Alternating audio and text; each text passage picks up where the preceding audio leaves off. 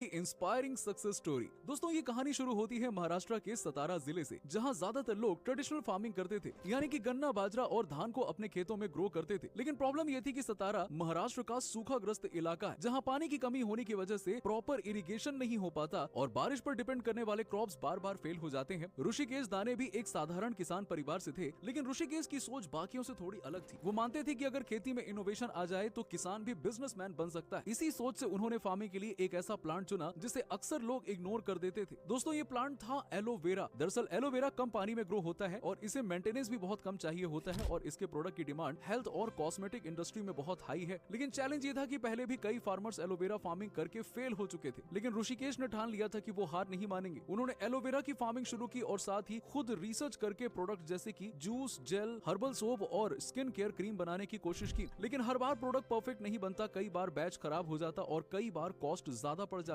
लेकिन ऋषिकेश हर फेलियर को एक लर्निंग मानते और हर मिस्टेक से प्रोसेस इंप्रूव करते। धीरे धीरे उनका कॉन्फिडेंस बढ़ा और उन्होंने प्रोडक्ट रेंज एक्सपैंड करना शुरू किया। साल 2013 तक उन्होंने एलोवेरा प्रोडक्ट्स को कमर्शियलाइज कर दिया। अब वो सिर्फ किसान नहीं रहे बल्कि एक एंटरप्रेन्योर बन चुके थे। मार्केटिंग और लोकल नेटवर्क की मदद से उन्होंने प्रोडक्ट्स बेचने शुरू किए। शुरुआत में सिर्फ सतारा और आसपास के गांवों में डिमांड थी, लेकिन जैसे जैसे उनके प्रोडक्ट्स की पॉपुलैरिटी बढ़ी और उनका कस्टमर बेस भी बढ़ता गया, आज उनका फार्म 3 एकड़ तक एक्सपैंड हो चुका है। हर साल वो करीबन 8,000 litre aloe vera based products manufacture करते हैं, जिसमें सोप, शैम्पू और जूस जैसी चीजें शामिल हैं। उनका एनुअल टर्नओवर लगभग 3.5 करोड़ है। लेकिन ऋषिकेश की कहानी सिर्फ पैसों तक लिमिटेड नहीं है। उन्होंने अपनी जर्नी से इंस्पायर्ड होकर दूसरों को भी ट्रेन करना शुरू कर दिया। आज वो लोकल फार्मर्स को बताते हैं कि एलोवेरा फार्मिंग कैसे की जाती है, प्रोसेसिंग कैसे होती है और इससे सस्टेनेबल इनकम कैसे जनरेट की जा सकती है। दोस्तों ऋषिकेश की स्टोरी हमें ये सिखाती है कि इनोवेशन सिर्फ मशीन या टेक्नोलॉजी से नहीं आता है। कभी कभी साधारण जमीन, साधारण पौधे और